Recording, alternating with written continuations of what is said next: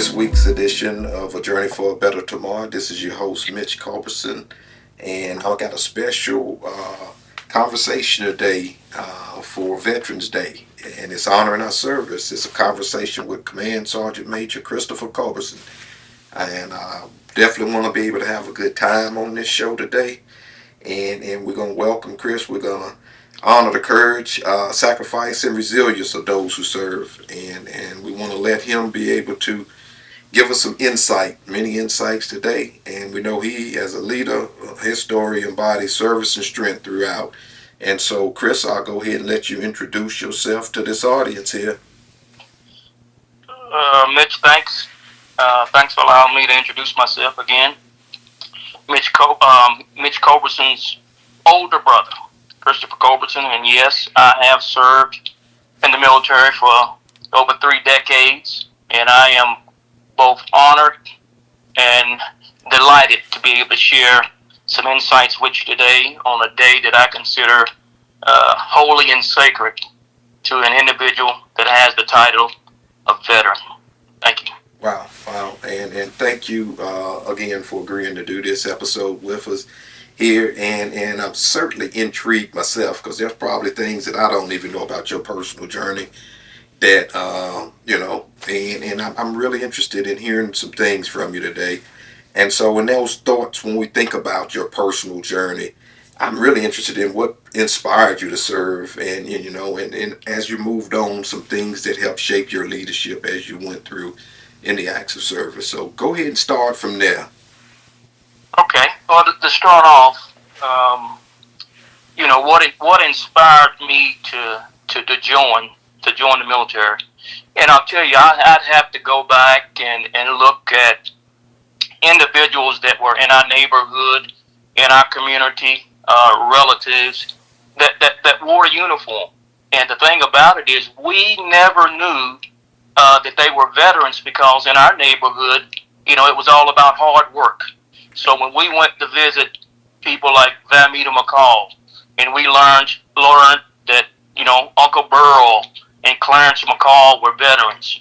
When we talked to our parents and their siblings, and we listened to what they said about Uncle Bobby and his venture in the military and his distinct military career and service.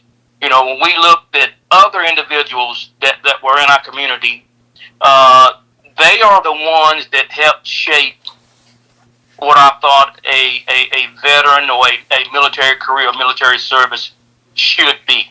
They were pillars that sort of embodied what we ought to be, what we ought to know, and what we ought to do. They were examples that showed us what right really looked like in terms of mentorship and development, growth, and guidance. They were the ones that showed us what it meant to be able to raise a family, to have a family that's in which you are separated from, but having an extended family that were able to assist in taking care of your loved ones, when they were far away. So those examples of the people that I just mentioned were some of the initial people that helped shape me wanting to be a soldier, or better yet, joining military service. And then once I got in the military, I met hundreds and hundreds of people that simply emulated what a family is, what networking is, what it meant to have a true and genuine friend that had your back no matter what. So those are some of the things that I looked at, and those were some of the things that helped shape me as I was growing up in the military. I joined the military when I was 18 years old, and I'll be honest with you, I really had no desire to join the military, but one of my best friends and I, we happened to go to the recruiting station. He joined first and said, "Hey man, why don't you join with me? We can go in on the buddy system." The buddy piece never happened, but the military service and the military commitment did, and that's something that he and we dialogue with and about, today. So I am thankful for having had those people and a lot of the life lessons that I was able to learn and be introduced to, while I was growing up in the military. Growing up in the military to me is what allowed me to evolve from, being a boy, per se, to becoming a man. And once you got that passage of right of being a man, I took on the adage of, being able to take care of a family, being able to be a leader of soldiers, and that is something that I carried with me, for my entire career. Wow, wow, and definitely very good information to hear, man. And of course, some of it I didn't know. I knew that you were a stellar, standout basketball player, and potentially that going to college and scholarship things like that was something that I thought that I saw in your future in that way. But you chose the path to go into the military, into the army, and to serve, and serve, man, with honor and distinction all across decades, and probably to be able to highlight many of the numerous honors and things that you achieved throughout your military service, been a very highly decorated military member, and even I think in the what they call the Soldier Support Institute, the Hall of Fame down at Fort Jackson. I think what you was the Adjutant General Regimental Command Sergeant Major, the sixth or seventh person in the history of the Army to hold that position. So there are a lot of things that stand out about your military career, and you never put them out to people, or you never really highlight those things in those ways, man, because your leadership was just that. And so if you could kind of give us some insight into some things that really, from a leadership standpoint, how your military leadership principles and stuff like that help you in service and even transitioning from service. Okay, that's broad, and I tell you, if I really went into depth, it would probably take me a long time. But I start off by saying this. When you serve, my career spanned from 1983 to 2015.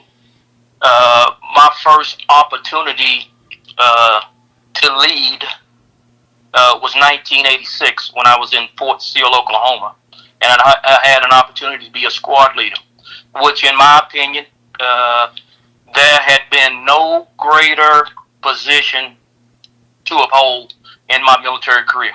Like I said, I'm an individual that had an opportunity to go from Private E1 to Sergeant Major E9. And through those 31 years of service, my leadership derived from being able to see individuals that I served with who represented and who demonstrated not only authority but integrity, personal courage, moral courage, enforcing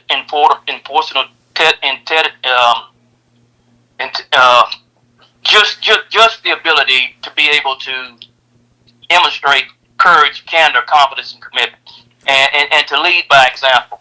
So those things I took as of what I really wanted to do, really what I wanted to be, and how I really wanted to serve and protect our nation, and its calling. So my leadership philosophy was sort of simple. One, I'm gonna lead by example. I'm gonna be the first to emulate what right looks like. Secondly, I'm not gonna ask any individual to do something that I'm not willing to do myself. And thirdly is in doing one and two, I want to be that person that personifies more than anything else, integrity. Because your word as a leader is your bond. If I tell you I'm gonna do something, I'm gonna do it. And those were some words that I live by. But more importantly than all of that, being a leader is not something that you could wake up being. It's not something that you could pick up off of Walmart shelf. Being a leader is a person that has the ability to somehow influence people to do something that they ordinarily wouldn't want to do. And in doing that, it takes a lot of interaction. It takes certain skills and assets to get people to be, know, and do. To get people to understand that what you're giving them is better or the best choice in order for you to be able to accomplish, whatever the specific goal is. So again, my leadership philosophy was, if I can align you, enable you with the skill and will to get the job done, then I've done my mission. That I've done what's been required of me, as a leader. And those are just some of the basic principles that I learned early on in my career, and what I considered most advantageous and most beneficial for me to be able to lead soldiers in an all volunteer force. Wow. And thinking about that, because as leadership expands throughout not only your military career, and as people begin to transition from the military, and we call ourselves veterans as we've transitioned in that setting, and coming back into civilian society, that's a hard transition. And so, in helping prepare people to either retain or stay in the military or transition into civilian life, what would you say to that? And did you have, anything, any experiences in shaping and molding and trying to encourage people as they did that transition? Absolutely, and that's a good question, and I like that. So when you speak of the transitioning piece and the piece of being able to share knowledge and experience with, let's say, transitioning service members, or service members wanting to re-enlist and stay in the Army for another 3, 4, 5, 6 years. I had jobs and I developed skill sets which enabled me to successfully execute those tasks. I was a United States Army recruiter. And back in those days, it was really a bounty hunter. I had to go out and find people that I wanted to be able to emulate me. So early on, I was able to go out and find people to join the service and convince, their mothers and fathers that, hey, my way of life and what I chose would best suit or best benefit, your son or daughter. So I did that for a stint. On the other hand, when soldiers came in the Army, I had an opportunity to serve as a United States Army drill sergeant. So I had an opportunity to, again, shape and mold America's sons and daughters into being soldiers. It's sort of like the masonry concept. We came basic apprentice. We showed them how to do basic bricklaying, and then they was able to eventually, become master moldsmen, of their particular trade. So that was the second piece, and then I transitioned into being, one of the leaders of soldiers that are being trained, and the leaders of the individuals that are training these soldiers. So when you look at training about 1,200 soldiers every 9 or 10 weeks, and when you start talking about training thousands of these soldiers, annually, that became one of my duties and responsibilities. And then I evolved from that into being able to serve all of those individuals at what we call an executive level, in which you were responsible for not only the basic training of these individuals, but the entire teaching and training spectrum of these individuals. So that was a piece that was a labor of love. But as I go back and I look at it, that was a time frame in my military career in which, when you talk about the entire spectrum of becoming a soldier and the entire spectrum of being reunited back into hometown USA as a civilian again, that was all under my purview, and I was able to, effectively and consistently, do those things. The piece that I didn't talk about and go into detail was was the transitioning piece, because an Army individual had a responsibility of finding that individual and put them in the Army. Well, on the back end to that, there was that same individual that had the same responsibility of educating you and reintegrating you back into what I consider the great American public. So when you left home, that was mom and dad and your circle, where you served anywhere from 1 year to 20 years, and you went back and you reintegrated back into hometown USA. Well, that same population and that same community had gotten a little older, and you had learned a whole lot more skill sets and developed a whole lot more as an individual and person.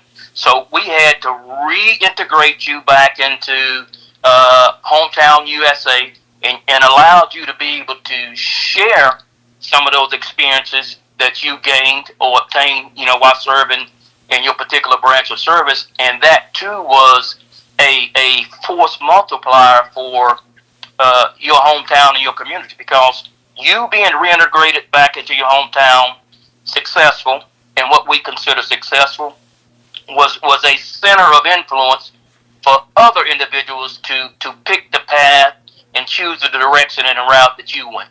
So again, that is a piece of the entire circle of the joining piece, the training piece, the education piece, and then the reintegration piece back in the hometown USA, which is even more vital than it is joining the branch of military as it is today.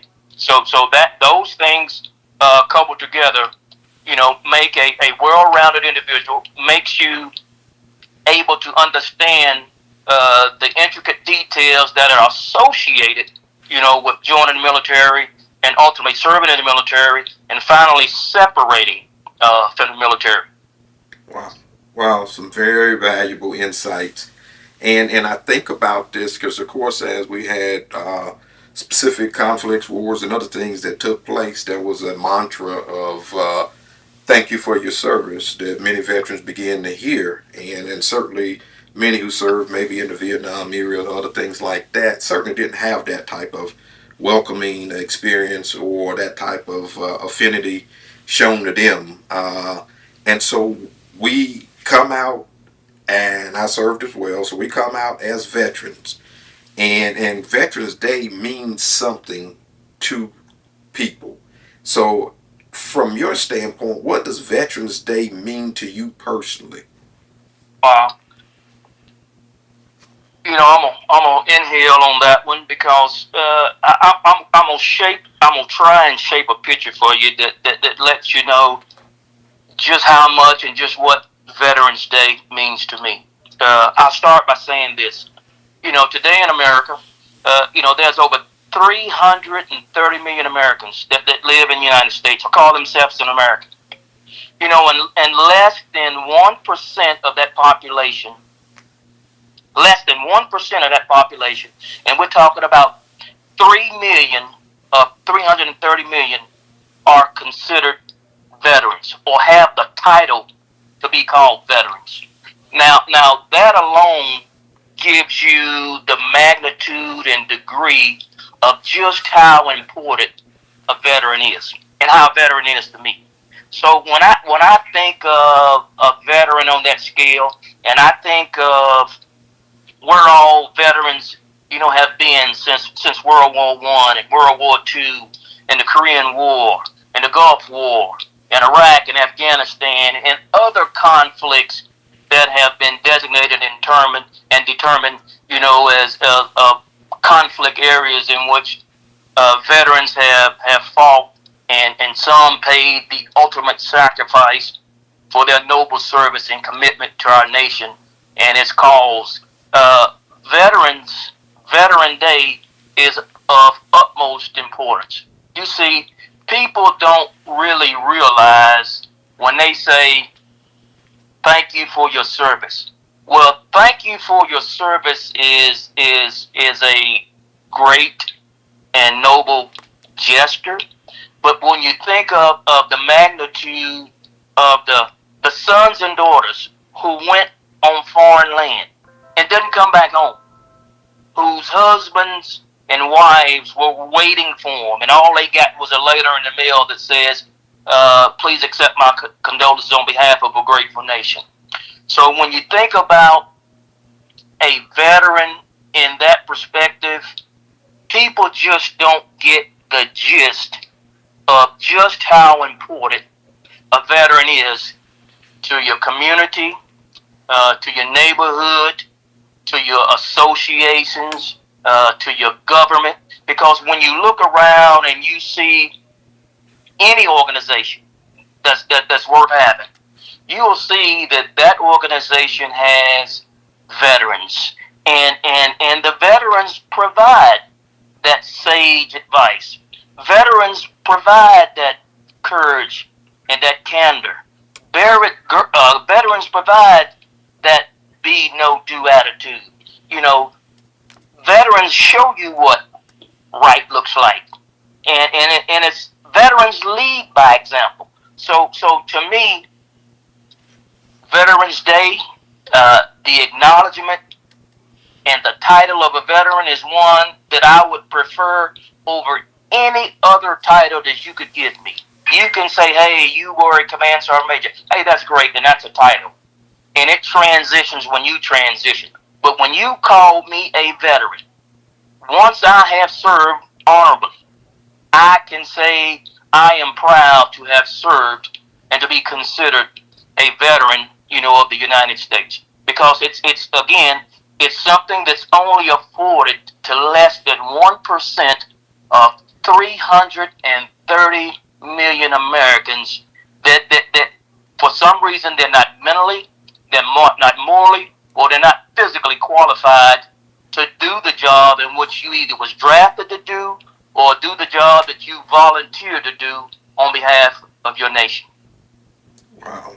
Wow. That's heavy there. And a lot of people certainly will be able to receive that and receive that in the spirit that you've given that. And I know there's so many stories that you could share across your military career that represent sacrifice and a sense of gratitude that was not only exhibited by yourself, but many of the soldiers that you were in charge over, or many of the people that you actually serve alongside. And so probably that would take us from here to forever to be able to talk about some of those stories. But I'll offer you the opportunity if there's any specific Veteran Day reflection or story that you would like to share about sacrifice and gratitude in the context of that across your lifespan in the military, if you would like to. Okay, so Veterans Day, sacrifice, gratitude. There's been numerous occasions in which I've been invited to schools, to civic organizations, to churches, and provide some guest speaker comments, on Veterans Day. And I think personally that as a veteran that's been in the know and in positions of leadership and authority for as many years that I had served, I think it's not only my civic duty, but an ultimate responsibility for me to be able to give back to my community. I was blessed to have had an opportunity to serve, but I was even more blessed to having had the opportunity to come back to my hometown and be able to emulate and show gratitude for what they did to me. So prior to me ever becoming a soldier, my community raised me. My community gave me the opportunity to learn, to grow, to be obedient, to be able to be thankful for small and large blessings, and more importantly, to be able to pass, some of these things, on to the people that you would eventually lead and be in charge of and take care of.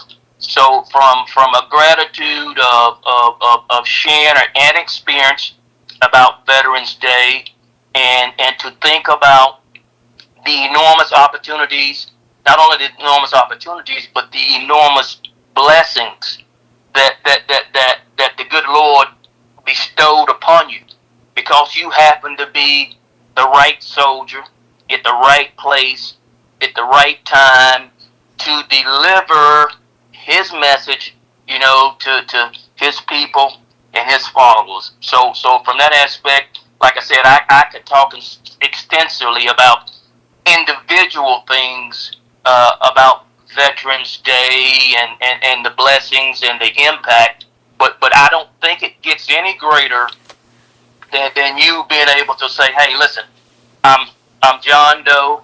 I'm from parts unknown USA. I'm a soldier. I was a soldier, and now I'm a veteran. And my responsibility to you, to this community, and to our family and our network is to be able to continue to teach, to educate, to mentor, and develop the young folk that are coming up today. Because again, if you don't read about it in the history book, and you don't talk to a veteran to get his or her perspective of their reality or their lived experiences, you're missing out on something.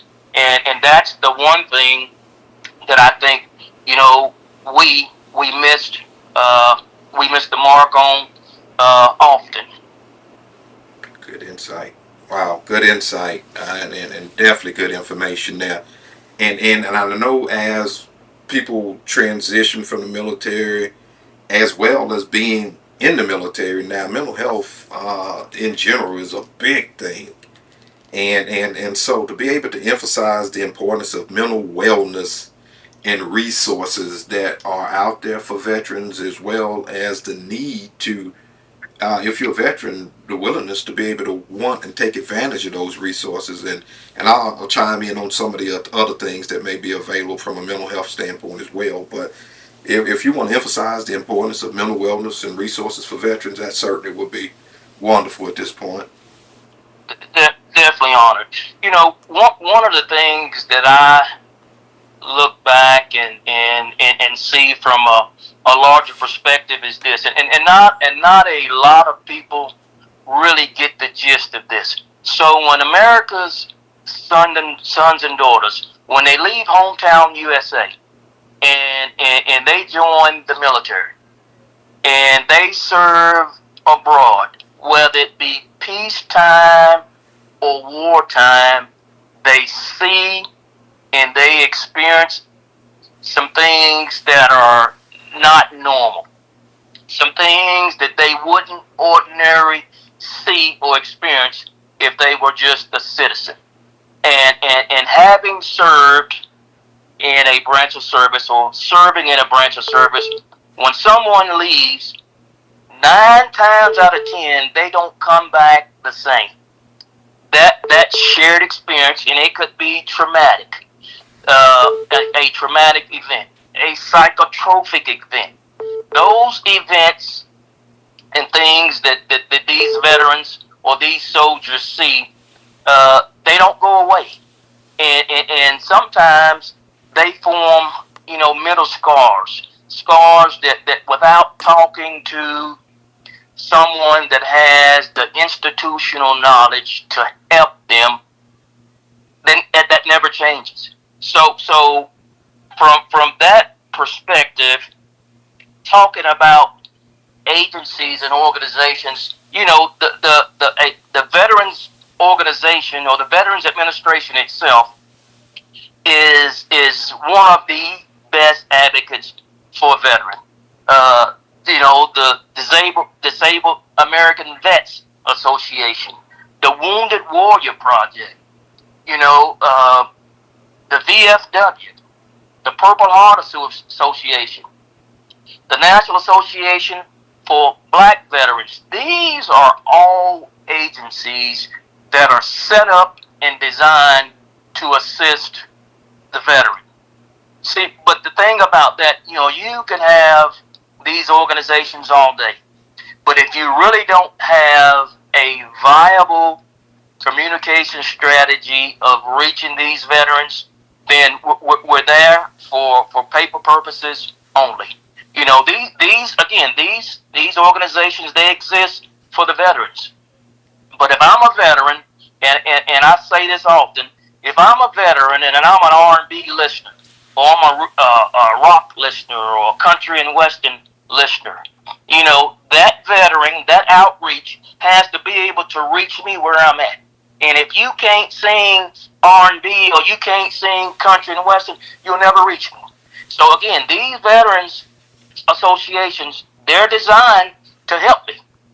But if your strategy does not mirror where I'm at, then we've still got the veterans out there. So there's veteran outreach services that are designed to help us. But if we can't infiltrate hometown USA and in places that these disabled veterans and this veteran population work, play, and live, then we won't get to the root cause of solving a lot of the mental health issues that veterans experience today. You know, one of the toughest things to do, you know, as a veteran is to ask for help.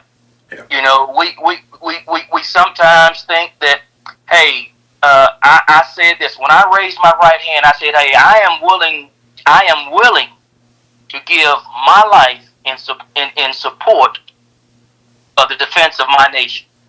So in return, when I say that and do that and execute those things, the piece is not being reciprocated back to me. I said I'm willing to give all, and a service that you have set up for me is not designed to reach all.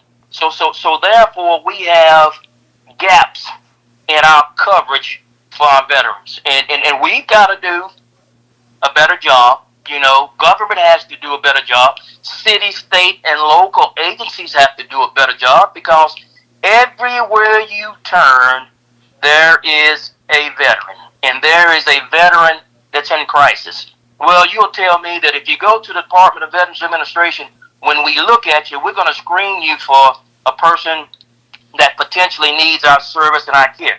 Well, if you never get there, then it's impossible to reach me. So again, that's just a basic example of what I'm talking about in terms of reaching our veterans, seeing our veterans, and taking care of our veterans.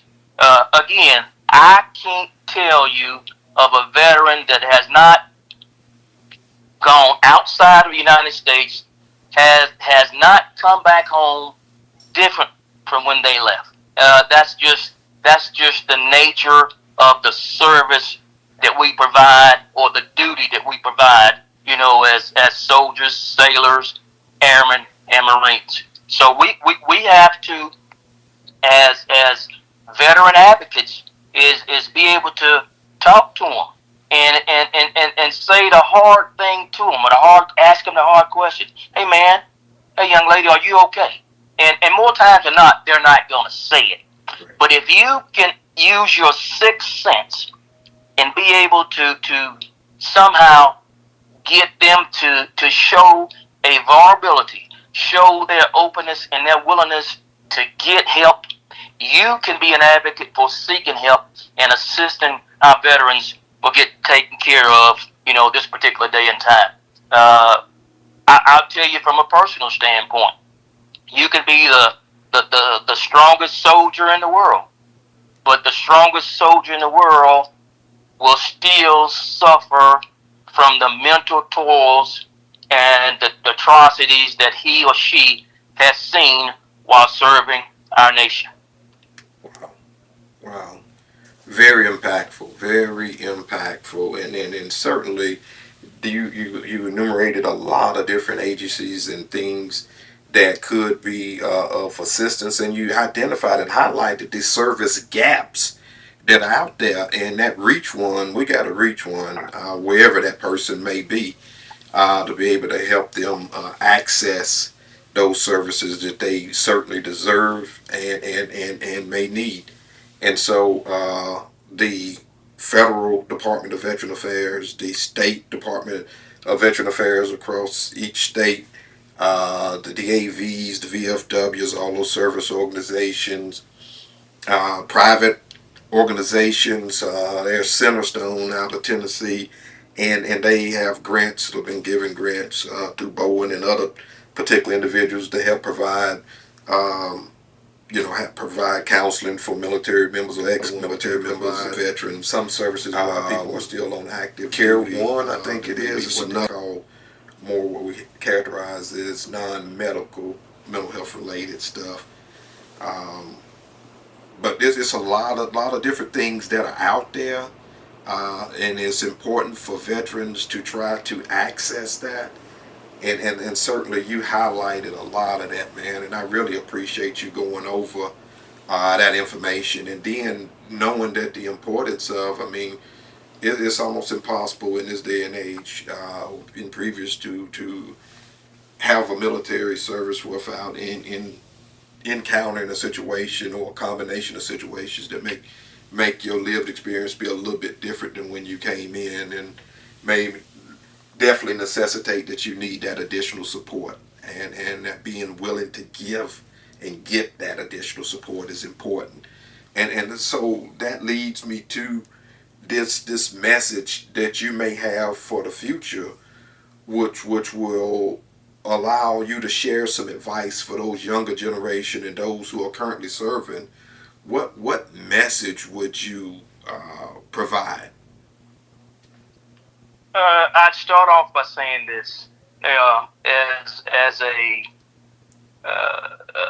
generation, uh, the previous generations, our past generations, have given us a sense of where we've been, and the generations that are in existence today gives us a sense of basically that, where we are today and what we need to do to be able to sustain.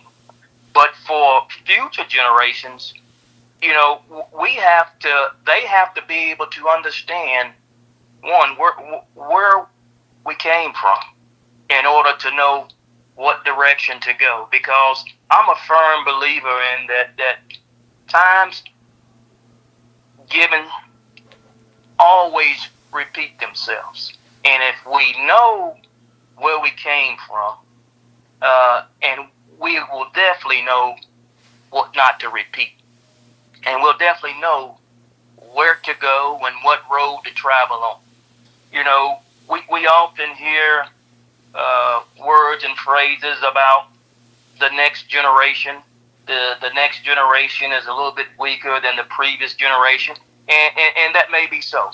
But from my point of view, I think the up and coming generations are a whole lot more smarter and a whole lot more resilient than my generation is or was.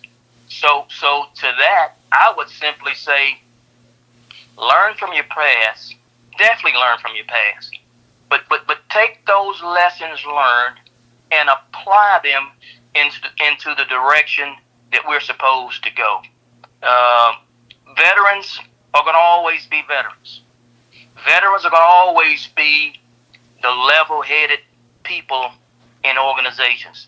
Veterans are going to always be the individuals that are willing to stand on the side of justice versus injustice. Veterans will always be the most resilient individuals that exist because, one, they've been tried, they've been tested, and they've been definitely approved by law, by statutes, and by communities of trust. So when you talk about what do I need to be able to share with the upcoming generation, it's simple. It's okay to take a knee. It's okay to say I need help. It's okay to cry as loud as you want, but to be able to laugh on the backside of that even harder. See, we're individuals, and no veteran that exists today will ever tell you that he or she is perfect. But a veteran will always tell you this: we're committed, we're committed, and we're committed. So if you can find a veteran that is committed, that is able to provide you with the basic purpose, the basic direction, and the basic motivation for moving ahead, latch on to that vehicle and ride it till the wheels fall off. Wow. Wow. Man, this has been a great segment there. A great segment. And it was an honor and a privilege to be able to sit with you in this day and in this way. And I look up to you as my big brother, just because you're a little bit taller than me, though. That's it. But you're my guy, and I really appreciate the insights that you provided for us today. We've been able to talk about your personal journey. We've been able to talk about leadership and resilience. We've talked about Veterans Day reflections in a way that what Veterans Day mean to you not only personally but collectively, and also mental health is a real thing, and that community support that's needed for our veterans, those service gaps that are out there, the need for people to stand up and support their veterans in that way. It's one thing to say thank you for your service. It's another thing to be able to say let's make a service and let's make access to service available to and for you. And so those are so many definitely important things. And as you left us with a message for the future, I want to make sure that I allowed you to be able to completely be heard and say the things that you needed to say in this space and time. And I offer that to you in closing, the opportunity, if there are additional things that you didn't have the opportunity to say or share, that you would want to say or share in this space, you're welcome to do so at this time. You know, the only things that I would say in closing is this. Um, you know, veteran veteran is more than just a title. You know, Veterans Day, even though we're able to acknowledge, celebrate, recognize as November the 11th of every year as being Veterans Day, I look at it as if out of the 365 days that exist in a calendar year, every day is Veterans Day.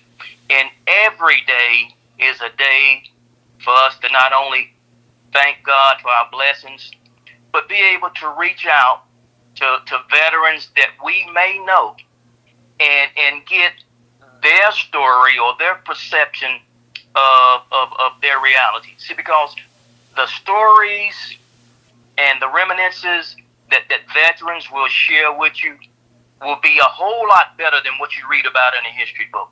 You see, because we are people in which our communities and our neighborhoods, they raise us. They give us not only the intestinal fortitude, but they give us the background and framework to help shape who we are as individuals and who we are that allows us to be able to go out to all parts of the U.S. and unite or reunite with other people and share our particular dimension and domain with them. So again, every day is Veterans Day, and it's just unfortunate that you know Congress has only designated as November the 11th, the day in which we truly honor and recognize our veterans and their noble sacrifices on behalf of a greater nation. So again, I'd like to thank you, Mitch, for allowing me not only the platform, but the opportunity to really talk about something that's of great importance to me. You know, veteran, there's two titles that's in my portfolio that carry the same esteem. One, that's one of a father, and that's one of a veteran. And they're equally important to me. So if somebody's going to ever give me, your brother, a title, call me father of A, B, and C, or call me a veteran for my contributions and commitment to our government and our nation. Thank you. Wow, to God be the glory, man. And I am definitely excited and was very excited to be able to have you on today. Certainly, we encourage these, all of our people out there, our listeners and everything, reach out to a veteran on this special day and not just thank them for their service, but really thank them for their service. And certainly support local initiatives, whatever local initiative may be in your area. Reach out to your elected officials and encourage them that there are service gaps that veterans have. We shouldn't be seeing homeless veterans out there. We shouldn't be seeing other things associated with that. And so let's get those service gaps closed in. Let's go ahead and attend to those that faithfully served. And certainly do want you guys to subscribe to this podcast, Journey for a Better Tomorrow.com. It's more than a podcast. This is indeed a movement. And this movement is spearheaded by certainly two veterans, two Air Force veterans, my wife and myself, as well. And we definitely want y'all support. And so thank y'all again for joining us on this special edition of A Journey for a Better Tomorrow.com. Certainly where it's more than a podcast. This is a movement. Thank you.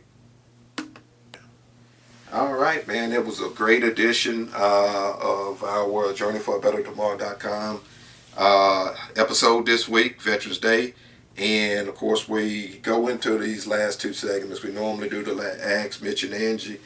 We're not going to do that today. We will do the mental health tip. And the mental health tip, I'll let my guests go ahead. And if he want to offer a mental health tip, he can do so at this point.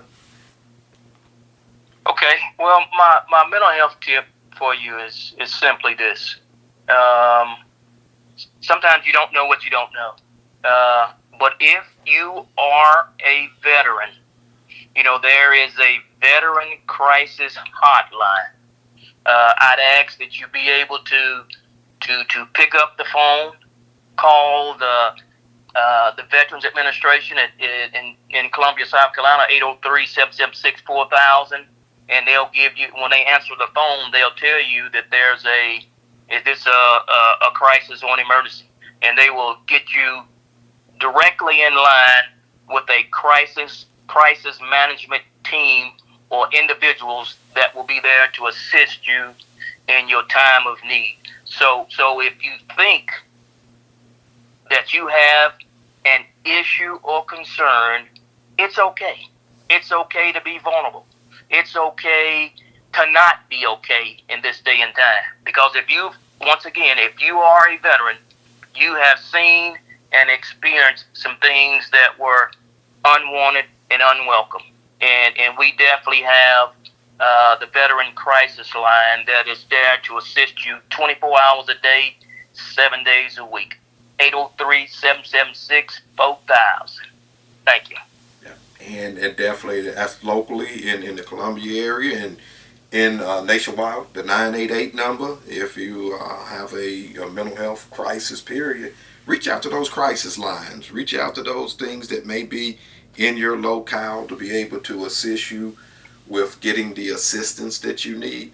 Don't be afraid to say, I need help. Don't be afraid to take the help when it's offered. And so from a mental health standpoint, I know trauma is a big piece of the things that many of the veterans experience. And so there's so many different promising things out there in the way of trauma-informed treatment. And so through your local VAs, through your vet centers and other things like that, take advantage of those particular services that may be out there. Certainly there are some things out there that are helping veterans today, the EMDR, the cognitive processing therapy. All of those things are specific techniques that are being used that are evidence-based, that are helping our veterans be able to re-engage. But I definitely want to just say that you said more than enough for us today in regards to a lot of this, man, and I really thank you. I don't know if you're trying to gun for my job here, but I'm going to have to keep it for right now. But I really appreciate you again for chiming in with us on this episode. I do want our listeners to reach out to our Journey for a Better tomorrow.com. The store, I think we also got a Google page now set up that take you directly to the store.